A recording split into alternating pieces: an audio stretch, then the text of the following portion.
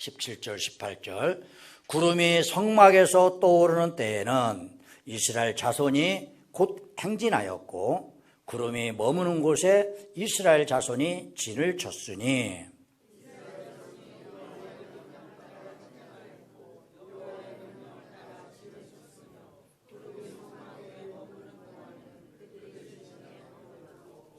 아멘.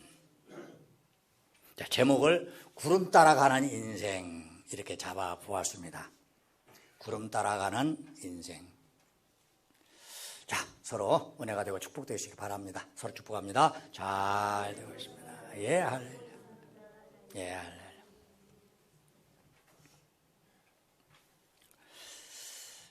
일제 말 1930년대 말에 청록파라고 하는 시인 집단이 있었습니다. 조지훈, 박두진, 박목월 이 세 사람이 중심이 되었는데 그 중에 박목월의 유명한 시 하나가 있죠. 구름에 달 가듯 가는 나그네. 강나루 건너서 밀밭길을 구름이 달 가듯 가는 나그네. 길은 외줄기 남도 300리 술리 있는 마을마다 타는 저녁널 구름이 달 가듯 가는 나그네. 아주 짧은 시인데 이게 굉장히 유명한 시고 또 우리 고등학교 때 많이 외웠던 그런 시이기도 합니다. 그 내용을 보면 유유자적함 그리고 여유로움이 그 나그네의 마음에 들어있습니다. 물론 이건 겉으로 드러나는 것이고 그 속에 들어가 있는 다른 뜻은 전혀 다른 거지만 어떻든 구름에 달 가득 가는 나그네 여유로운 모습 같습니다. 우리 성도의 삶, 우리 성도의 신앙은 이처럼 어떤 집착이나 고집보다 이렇게 구름에 달 가듯이 때로는 세상을 이렇게 관조할 수도 있고 때로는 그걸 초월해서 나아갈 수 있는 여유와 자유를 누릴 수 있는 세상에 매몰되는 자가 아니라 세상의 소금과 빛이 될 수 있어야 될 줄 믿습니다. 그런 말 있죠. 머피의 법칙 다 아실 겁니다. 우리나라 속담에도 그 비슷한 말 하나가 있어요. 말에 씨가 된다. 불길한 생각은 왜 이렇게 잘 맞는지. 안 좋은 말은 딱 들어맞아요. 세차를 했더니 내내 안 했던 세차 했더니 그날 오후부터 비가 와가지고 그것도 요새 황사비 내리면 어떻습니까? 지하철을 타니까 저 사람이 내릴 것 같아가지고 그 앞에 섰더니 이 사람이 꼼지락꼼지락 하더니 끝까지 안 내려서 옆에 사람은 다 내렸는데 나만 끝까지 서서 오게 되는 머피의 법칙들이죠. 그만큼 불확실하다는 겁니다. 내 예상과 맞지 않고 그런 불안함이 그래서 점집을 찾게 되고 또 운수대통을 기대하면서 이렇게 다른 것을 샤머니즘에 빠지기도 하죠. 이해는 갑니다. 복받고 싶은 마음 누구나 마찬가지니까요. 하지만 안타깝죠. 우리 그리스도인들은 이처럼 세상에 그런 거짓 인도자를 따르는 게 아니라 선한 목자 참 인도자이신 하나님의 인도를 따르는 사람들입니다. 그리고 그 하나님께서는 우리를 반드시 푸른 초장 쉴만한 물가 다시 반드시 도착시켜 주신다 이겁니다. 누구에게는 성공으로, 누구에게는 승리로, 누구에게는 축복으로.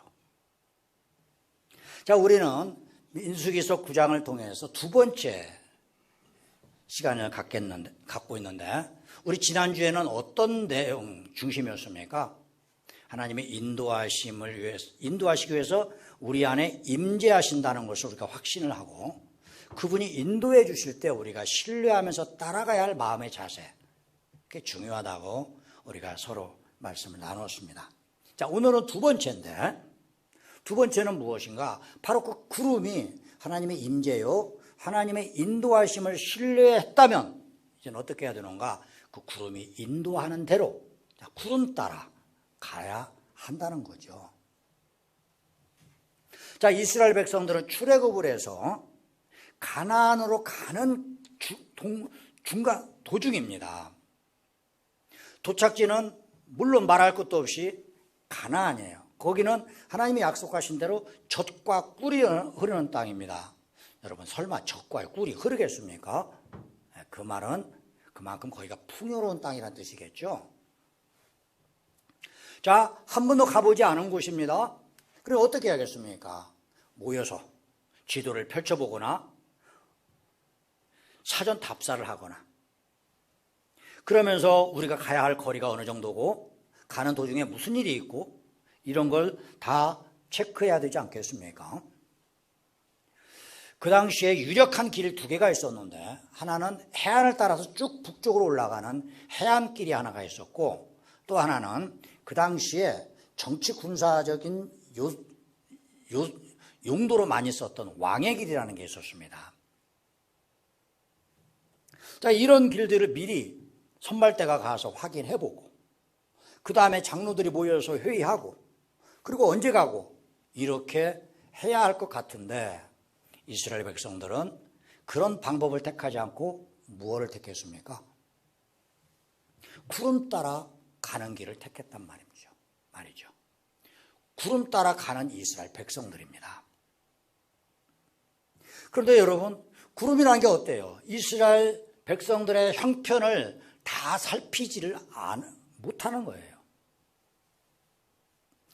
구름은 어떻습니까? 변화무쌍하죠. 형태도 그렇고 경로도 그렇고요. 이거 어디로 갈지. 솔직히 구름은 어떤 영향을 제일 많이 받습니까? 구름은 바람이죠. 구름은 바람 따라갑니다. 근데 혹시 들판에 이렇게 누워보신 분, 누우셔서 바람을 경험해 보신 분 어떻습니까? 자연풍은 어때요? 랜덤풍입니다. 일정하게 불지 않고 수시로 바뀌어요. 수시로. 구름은 그 바람의 영향을 받는 겁니다. 때문에 형태도 그렇고 경로도 그야말로 변화무쌍해요. 여러분, 변화무쌍하다는 말은 무슨 말입니까? 뒤따라가는 사람으로서는 힘들죠. 이게 너무 일방적이에요. 왜? 내가 원하는 것과 다를 때가 많기 때문에 그래요. 예, 머피의 법칙, 청개구리 법칙이 여기 있단 말입니다. 아니, 내내 말을 안 듣다가 야, 이번도 말을 안 듣겠지 하고 나서 나를 꼭 내가에다 묻어라 그랬더니 내 물에다 묻어놨더니 이번만큼은 지키자 해가지고 거기다 묻어놓는 바람에 비만 오면 개굴개굴 한다는 게 그런 전설 아닌 전설 있지 않습니까? 아니, 자리 피면 구름이 뜨고 그래서 구름이 오랫동안 떠 있으니까 이제는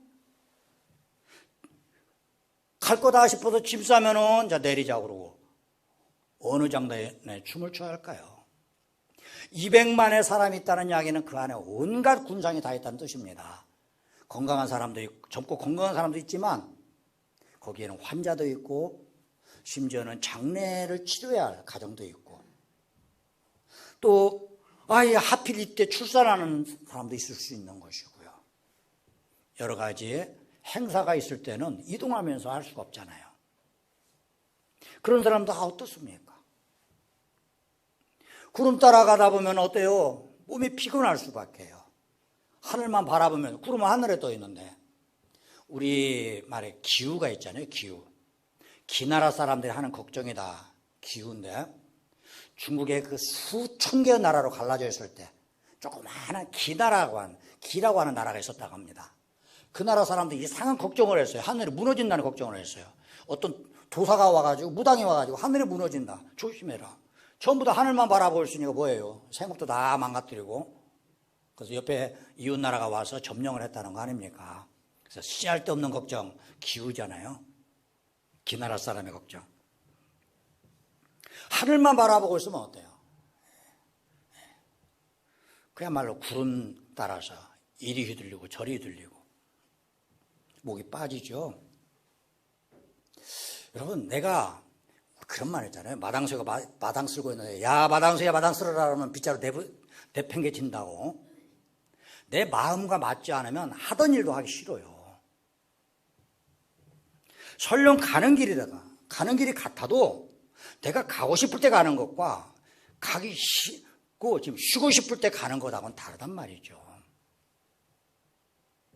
내 마음과 일치하지 않으면 마음이 불편하고 그러다 보면 마음속에 이 마당쇠처럼 거역하고 싶은 마음이 생긴단 말입니다. 아니 하나님 왜 일방적입니까? 좀 내 형편 좀 생각해 주세요.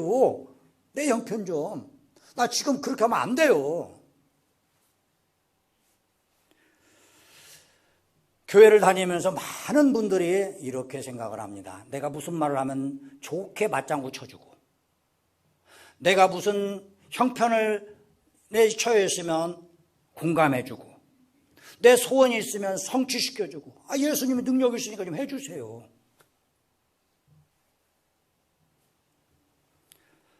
교회 안에서 교인끼리 서로 상처가 돼가지고 교회를 떠나는 많은 사람들이 있다 하면서 얼마 전에 분당 우리 교회 이찬수 목사님이 설교를 하시면서 그런 내용을 하셨던데, 교회 안에서 내 말에 대해서 맞장구를 안 쳐주니까 시험이 들고, 내 형편에 대해서 공감 안 해주니까 섭섭하고 섭섭마귀가 들어와가지고 교회 떠나고, 원하는 것은 교회를 다니면서 위로를 받고 또 일들이 잘 풀려서 자긍심도 높아지고 이렇게 되기를 원하는데, 교회에서 설교를 듣고 하다 보면 당신은 죄인이요 회개해야 됩니다, 그러면서 또 헌신해야 됩니다, 땀과 눈물을 요구할 때 부담스럽죠. 내가 원하는 것과 반대니까요. 내가 원하는 것과 일치가 안 되니까요.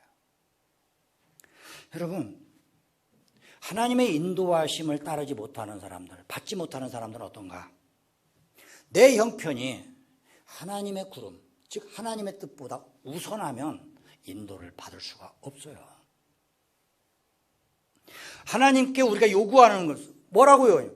나를 인도하지 마시고 내 뒤에서 나 좀 도와주세요. 내가 하고 싶은 대로 할 테니까 그러다 내가 실수하면 좀 도와주고, 내 능력에 딸리면 좀 옆에서 힘 좀 해가지고 내가 하고 싶은 거, 내가 얻고 싶은 거, 그거 좀 도와주면 되지. 왜 일일이 앞에서 그러십니까? 그러다 보면 결국 인도는 실패하게 되고, 인도받는 걸 실패하게 되고, 자신의 삶은 그만큼 무너지게 되는 거죠. 왜 하나님께서는 구름으로 이스라엘 백성들을 인도하셨는가? 그것은 모든 이스라엘 백성들 전체를 위했기 때문에 그렇습니다. 전체를 위했기 때문에. 뛰어난 몇몇 사람들, 믿음도 좋고 체력도 좋고 건강하고 이런 소수의 사람들만을 위하는 게 아니라 약한 사람들조차도, 거기에 형편이 복잡해서 여러 가지 어려움을 겪는 사람들조차도 모두가 따를 수 있도록 하나님은 구름이란 방법을 사용을 하셨다 이겁니다. 이게 사실은 가장 적절한 준비였는데, 훗날 이 40년간의 광야 여행을 끝나고 이제 요단강 건너편에 여리고가 마주 보이는 모압 평지에 이스라엘 백성들이 모여 있을 때 모세가 한 설교, 신명기서 1장 33절에서 보면, 여기서 그는 하나님입니다. 하나님께서 너희들보다 먼저 거기 가셔서 거기가 과연 진을 칠 수 있는 것인지, 거기에 진을 쳤을 때 과연 살아갈 수 있는지, 이런 것을 다 점검을 하신 다음에 돌아와서 구름으로 인도하셨다 이렇게 되어 있어요. 그냥 무작정한 게 아니라 먼저 하나님께서 사람들이 사전 답사해야 할 그곳에 하나님이 대신 가셔서 그걸 다 살펴보시고, 가는 과정에 무슨 어려움이 있을까, 도착했을 때 거기에서 어떤 어려움을 겪을까, 이런 걸 다 판단을 해서 가장 좋은 자리에 가장 좋은 시점으로 인도해 주셨다는 거예요. 하나님은 폭군이 아닙니다. 명군이, 성군입니다. 성군. 폭군은 어때요? 김정은 어때요?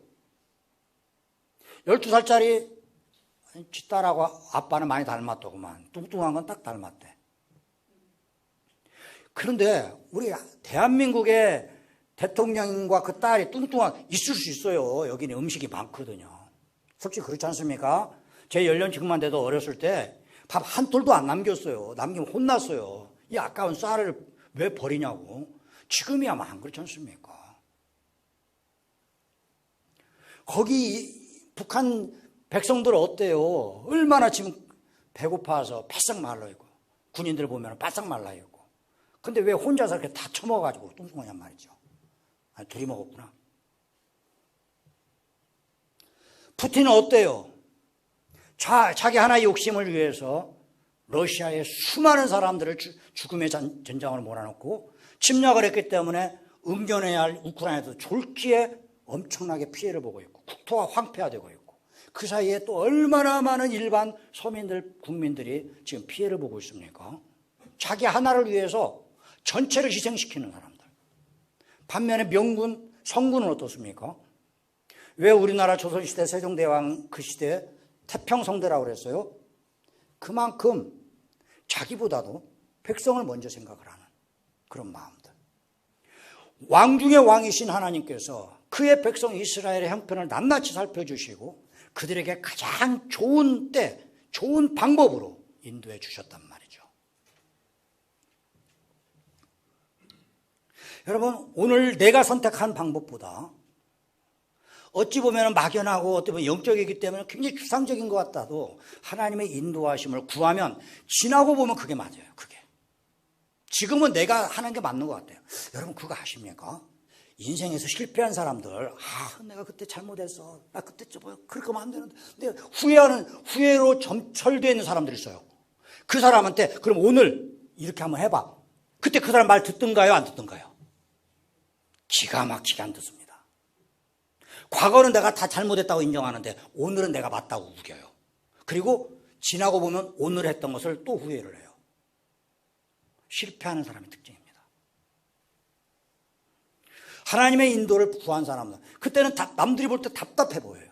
지나고 보면 그게 맞아요. 우리는 오늘 여기만 알아요. 하나님은 거기를 내일 것도 알아요. 그게 신명기 1장 33절의 내용입니다. 그리고 하나님께서는 기다리시는 겁니다. 이미 그분은 가실 수가 있어요. 근데 여기 형편이 어려운 사람들이 있습니다. 그들 가능하면 더 많은 사람이 갈 수 있을 그때까지 나 하나만을 위해서가 아니라 우리 전체를, 너희들 전체를 위해서 나는 기다리시겠다. 이게 하나님의 마음이었던 겁니다. 지금은 그런 남편들 흔하지가 않은데 옛날에는요, 남편 혼자서 휘적휘적 저만큼 가고 뒤에서는 조그맣고 마른 부인이 짐꾸러미 따들고서 땀 뻘뻘 흘면서 가는 그런 부부들이 제법 있었어요. 지금 그랬다가는 쫓겨나죠. 그때는 그게 마치 남성의 매력이라고 생각을 했고 권위라고 생각했던 이상한 사람들이 있었어요. 지금은 부인이 다 들고 있어. 저런 게 맨몸으로 가고 있고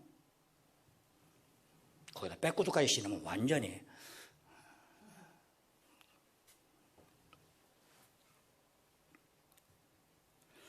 홀로 자기 혼자 힘내가서 갑자기 생각 안 난다. 그 소설가, 여자 소설가는 썼는데 어머니였던가 제목이 지하철 탔는데 자기 아빠가 먼저 지하철 딱 탔는데 부인이 안 탔어요. 나중에 이거 자기 엄마가 사라져버린 거죠. 그 내용을 한 권의 책을 소설 쓴 게 있는데 그 제목이 갑자기 생각이 안 나네. 혹시 대련이 알아?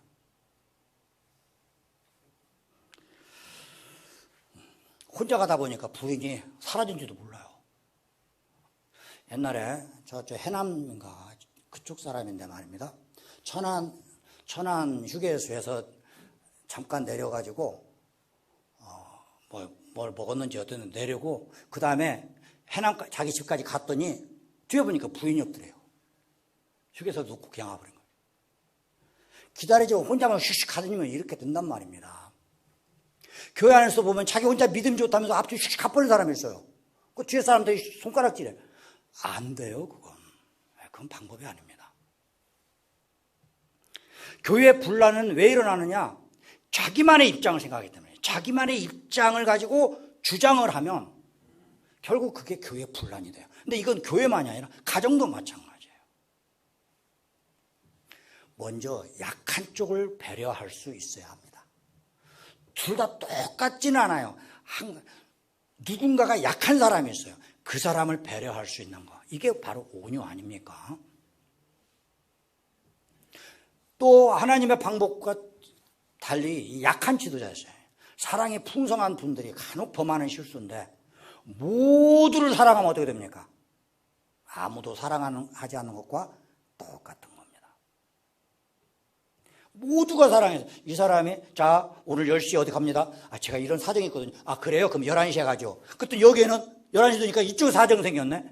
어떻게 됩니까? 하루 종일 왔다 갔다 하다가 화만 잔뜩 내고 다 돌아가 버리죠. 이건 하나님의 방법이 아니에요. 가장 많은 이들이 가장 좋은 형편에 있을 때 하나님을 인도하시는 겁니다. 그 중에서는 약한 자를 배려하시는 마음 굉장히 큰 거예요. 그게 바로 예수님의 마음입니다. 마가복음 10장 46절부터 52절에 보면 여리고에 도착을 해서 여리고를 지나가시는데 그때 바디메오라고 하는 맹인 거지가 있었어요. 아버지가 디메오인데 그 사람 이름이 아니라 디메오의 아들이라는 게 바디메오거든요. 본인 이름이 없는 사람이에요. 그런 사람이 뒤에 눈이 보이지 않는 상태에서 예수님이 지나가신다는 말만 듣고 나사렛 예수여, 다윗의 자손 예수여 그러면서 외칩니다. 주변 사람들이 너는 왜 옆에 와 있느냐? 너는 가라. 밀어내요. 그때 예수님은 멈춰섭니다. 그리고 싱싱하게 오고 있는 사람들 뿐만 아니라 맹인 바디메오가 자기에게 올 때까지 기다리십니다. 그리고 나서 무엇을 원하느냐? 저는 눈을 뜨기를 원합니다. 네 믿음이 너를 구원하였으니 이제부터는 너는 눈을 뜬 자가 될 것이다. 너무너무 좋아서 이 바디메오는 그날부터 예수님을 따르는 신자가 됐다는 거예요. 이 맹인이 왜 멈춰 서신 것이 중요하냐면 그 당시 사회에서는 현재 우리가 보는 맹인과의 관점이 달라요. 지금은 시각장애를 갖고 있는 장애자로 봤었습니다. 일반인, 여러분 어디 가서 그렇게 말하시면 안 됩니다. 우리는 정상인이고 그들은 장애인이다 그러면 큰일 나요. 비정상이라는 뜻이잖아요. 그렇게 말씀하시면 안 되고 우리는 일반적인 경우고 그들에게는 조금 특별한 경우일 뿐입니다. 불편이 있을 뿐이지 잘못된 건 아니에요. 우리는 이렇게 보고 있는 겁니다. 현재는 이렇게 보고 있어요. 그 당시에는 유대인들은 어떻게 봤냐면 맹인은 자기 죄로 인해서 하나님한테 처벌받은 자로 보고 있던 시대예요. 요한복음 9장 34절에 그 요한복음 아시죠? 실로암에 가서 눈을 씻으라 했더니 눈이 떠졌던 그 맹인 이야기 있지 않습니까? 바리새인들이 지금은 눈을 떴지만 얼마 전까지 맹인이었던 그 사람을 향해서 뭐라고 비난을 퍼붓냐면 너는 네 죄로 눈을 못 뜨고 다녔었느냐? 근데 어디서 감히 죄인이 우리 같은 의인인 바리새인한테 누가 옳다 그러다 말하느냐? 하면서 혼내는 내용이 나오거든요. 자기 죄로 자기의 처벌을 받고 있는 것이 맹인이다 이렇게 보던 시대에 예수님은 어떻게 하십니까? 그 바디메오까지 기다리셨다가 그 바디메오의 형편을 들어주시고 그 형편을 풀어주시고 그래서 자신이 기뻐하면서 예수님을 따르는 자로 만들어주셨단 말이에요.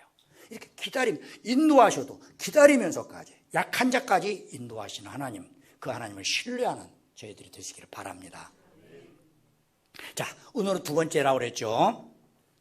우리 이제 지난주에는 우리 마음속에 마음의 자세를 갖는 거랬다면 이제는 행동으로 옮기는 겁니다. 구름을 따르는 거예요. 구름을 나에게 끌어당기는 것이 아니라 내가 그를 따르는 겁니다. 여러분, 하나님이 내 편이냐 내가 하나님 편이냐 말은 같은 것 같은데 정반대일 수 있습니다. 우리가 하나님 편에 서야지 하나님이 내 편에 섰다고 하는 사람, 이 전광훈 같은 사람들, 또 정의구현 사회재단, 기독교나 천주교나 지금 난리도 아닙니다. 난리도 아니에요.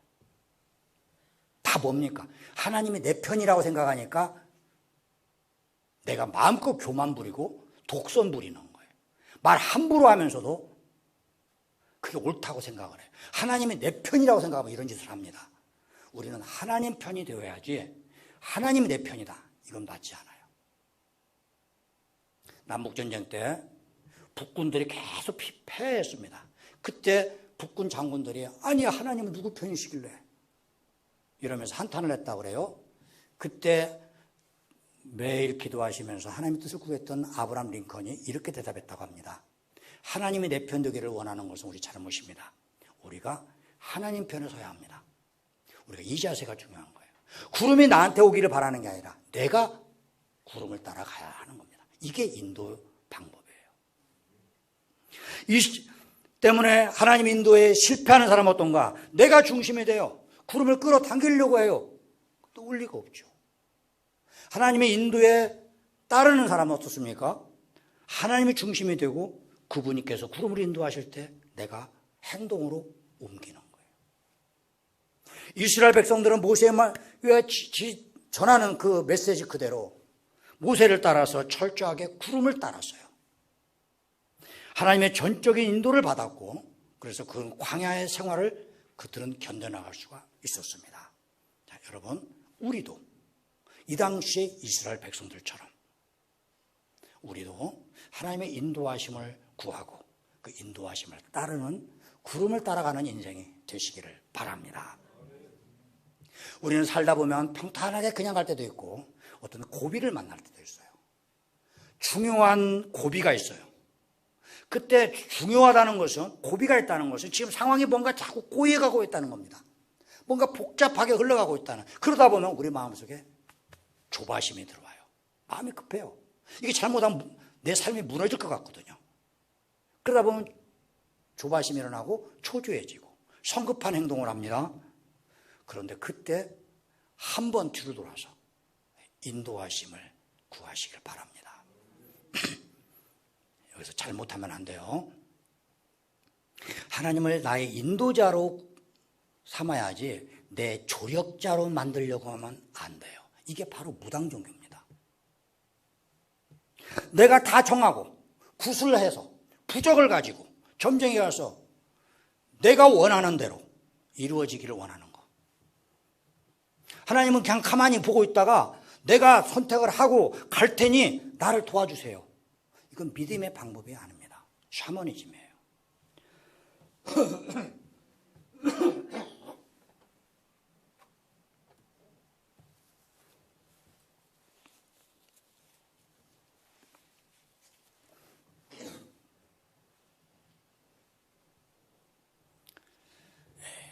점집에서 많은 점쟁이들이 부적을 팔아요. 그 전에 부적은 직접 뭐 이상하게 쓰잖아요. 막 꾸불꾸불한 걸 이렇게 대충 맞춰가지고 쓰고 하는데 뭐 영소라고 그런다고 하더구만요. 그걸 쓰는데 그 부적 값이 몇만 원부터 뭐 심지어는 몇 억짜리도 있다고 그래요. 그런데 몇십 년 전인데 이 부적을 만드는 회사들이 있었습니다. 을지로에. 인쇄업자들이에요. 이 무당들이 대량으로 이 부적을 주문을 해서 거기에서 한 장에 200원 단가로 부적을 찍어주면 그 인쇄물을 가지고서 자기들은 2만 원에 팔았다고 그래요. 무당들은. 백배장사죠. 그런데 을지로의 인쇄업자들이 지금 다 사라졌죠. 그러다 보니까 중국에서 수입한다는 말이 있어요.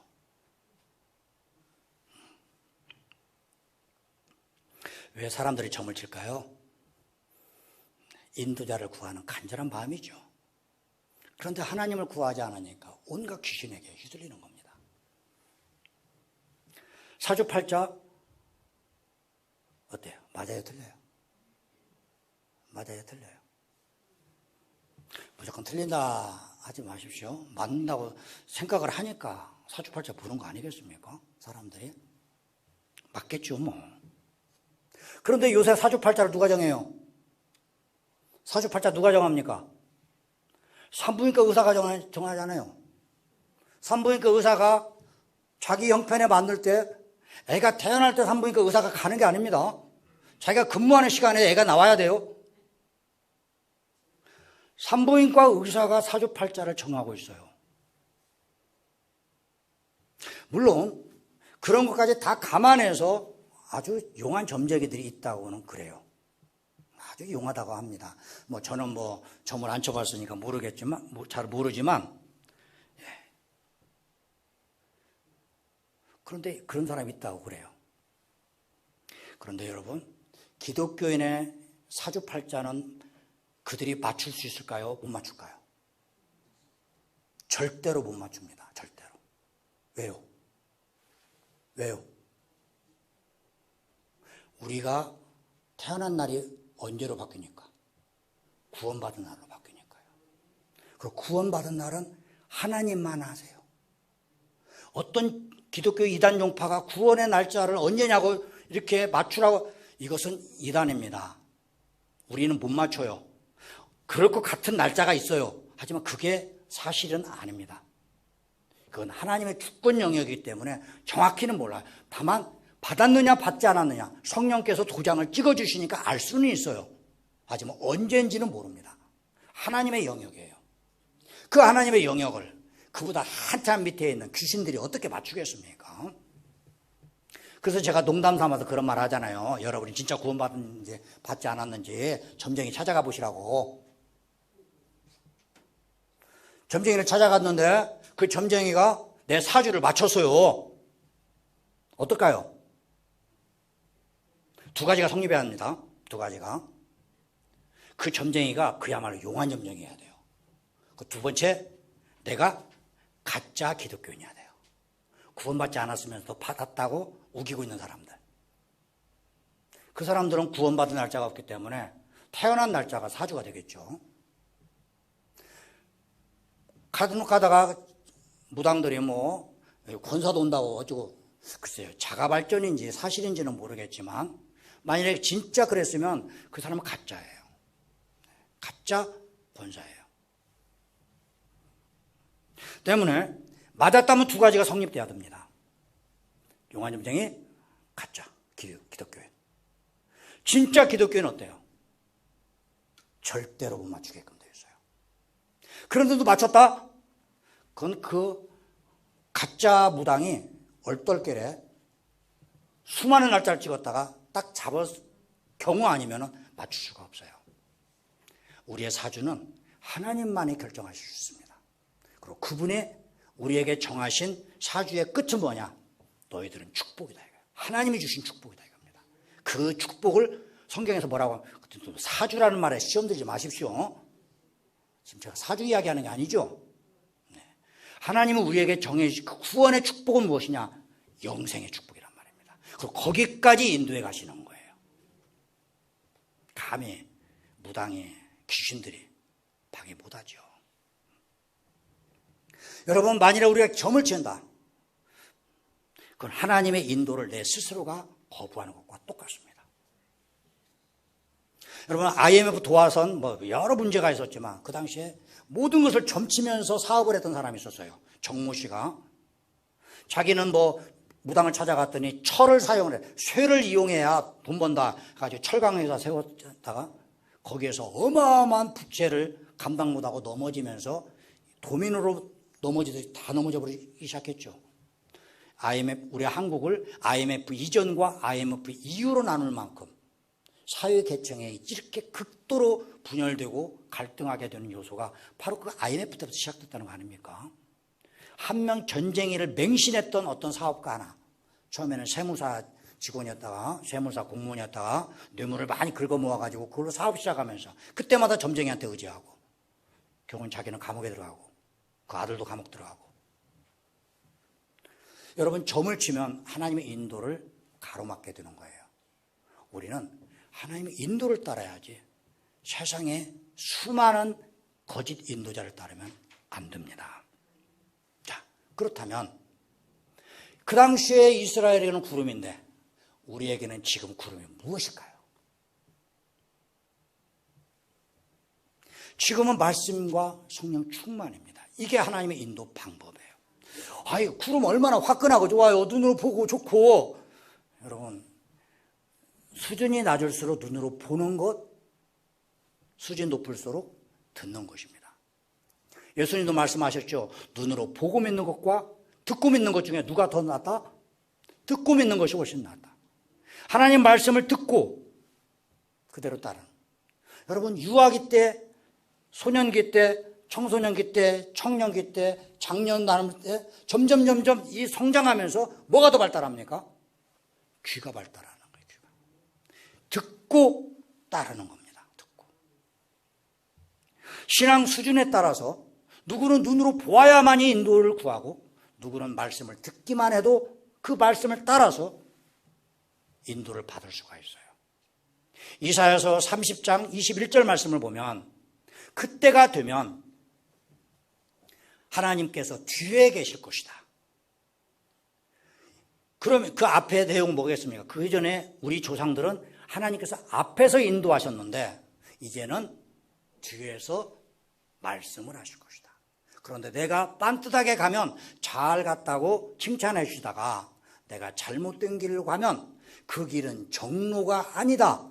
정로로 택하라. 이렇게 말씀하실 거라는 거예요. 듣고 따르는 자. 더 믿음에 성숙하고 더 확실한 그리고 많이 인도를 받을 수가 있습니다. 이렇게 하나님 말씀을 따라서 인도받으면 내가 수고하고 내가 막 사전 답사 필요가 없어요. 왜요? 하나님께서 인도해 주실 것이니까. 그래서 주님과 동행하기만 하면 되는 겁니다. 주와 같이 길 가는 거 즐거운 일 아닌가. 하나님의 인도 방법은 일종의 내비게이션과 비슷해요. 내비게이션 없을 때 우리 어떻습니까? 옛날에 운전하셨던 분들 지도 펼쳐놓고 다 내가 출발할 때하고 도착 지점하고 다 표시하면서 어디에 뭐가 있고 되고 국도는 몇 번 국도 따라서고 어느 지점에서 국도 갈아타야 되고 아니면 지방도 따라가야 되고 다 체크합니다. 굉장히 지식이 많아요. 아주 체계적으로 머릿속에 그림이 딱 그려져 있어요. 그런데 가다 보면 헷갈려.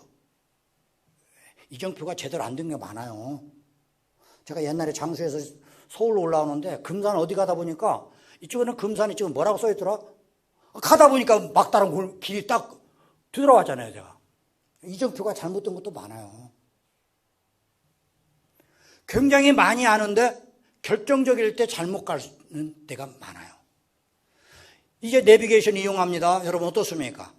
옛날처럼 머릿속에 방대한 지식 없어요. 내가 출발하는 데가 어디고 도착하는 데가 어디고 이 정도 알고 또 지도를 약간 이렇게 좁혀서 보면 전체가 보이지만 대충만 알지 몰라요. 그런데 훨씬 더 정확해요. 왜 그렇습니까? 갈림길에 오면 500m 앞에서 우회전 아니면 좌회전 그때 알려준단 말이에요. 그때. 옛날 지도를 볼 때는 내가 혼자 다 해야 됐지만 지금은 내비게이션 요새는 아가씨 목소리만이 아니라 아줌마 목소리도 있고 애기 목소리도 있고 심지어는 남자 목소리도 있어서 좀 달라지긴 했지만 그 직전에 들려온 내비게이션 아가씨 목소리 그걸 들으면 걱정할 것 없이 갈 수가 있었어요. 갈 수가 있어요. 급하게 땀 흘리고 미리 사전 답사 안 해도 돼요. 엉뚱한 곳으로 가지도 않아요. 대신 여유 있게 유유자적하면서 그리고 정확한 목적지에 원하는 시간에 도착할 수가 있어요. 다윗이 고백을 합니다. 여호와는 나의 목자시다. 나에게 부족함이 없다. 그는 자기 이름을 위해서 자기 명예를 위해서 자기의 거룩한 이름을 위해서 우리를 의의 길로 인도해 주시기 때문에 반드시 그분을 신뢰하고 그분을 따르면 푸른 초장 쉴만한 물가에 반드시 도착하게 될 것입니다. 중간에 사망의 음침한 골짜기 같은 고비가 있어도 하나님이 나와 함께 하신다는 걸 신뢰하면 우리는 겁을 내지 않고 그 안에 들어갈 수가 있는데 들어가서 보면 주변 상황이 힘들고 어려운 건 확실하지만 대신 거기에서 나를 지켜주시는 하나님의 지팡이와 막대기를 바로 거기서 경험하게 될 것입니다. 때문에 나는 원수의 목전에서 나에게 상을 베풀어 주시고 내 잔이 넘치도록 채워주시는 그 하나님을 경험하기 때문에 나는 앞으로 나의 모든 삶 속에서 하나님이 나를 인도해 주신다는 것을 신뢰하고 나는 그러므로 여호와의 집에 영원히 함께 살겠습니다. 이 다윗의 그 고백이 오늘날 저와 여러분의 고백이 되시기를 예수 그리스도의 이름으로 축원합니다. 기도하시겠습니다.